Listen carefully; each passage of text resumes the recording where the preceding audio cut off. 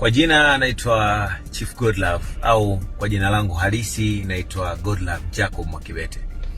Kwa akili zangu timamu nimeamua kuwekeza rasmi kwenye biashara ya muziki.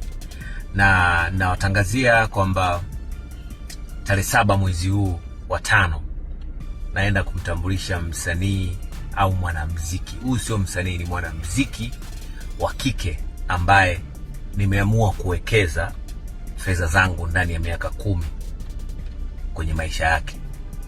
Yaani nimelizishwa na uimbaji wake, nimelizishwa na nidhamu yake, nimelizishwa na muonekano wake, nimeamua.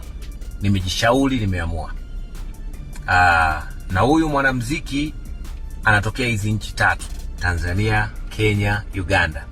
Kwa hiyo leo sintowaambia ni nani, lakini hizi nchi 3 ndio zinatoa msanii wangu au mwanamuziki, kwa sababu siwezi kumuita msanii, ni mwanamuziki. Nimeamua sasa kuwekeza serious kwenye biashara ya muziki.